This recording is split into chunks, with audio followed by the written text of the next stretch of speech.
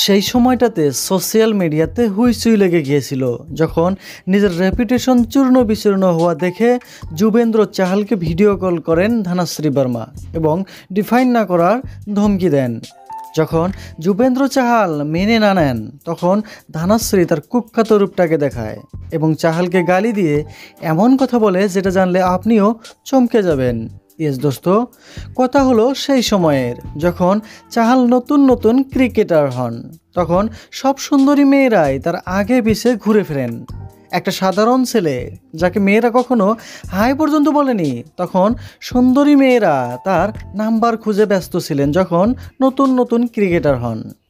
সেই সময়ে ধানাশ্রী বর্মা ইনস্টাগ্রামে হট ডান্স করে 2 থেকে 3 হাজার ফলোয়ার বাড়ান। সেই সময়ে চাহালের সাথে দেখা করার সুযোগ মেলে ধানাশ্রী বর্মার এবং চাহালের সাথে মিষ্টি মিষ্টি কথা বলে তাকে প্রেমের ফাঁদে ফেলেন এবং বিয়েও করেন তারা দুজন।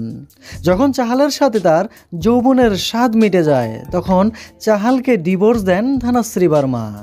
কোনো জ্ঞানী ব্যক্তি বলেছিলেন, কাউকে বিশ্বাস করে মন উজাড় করে ভালোবাসাটা নিজের সব থেকে বড় ভুল।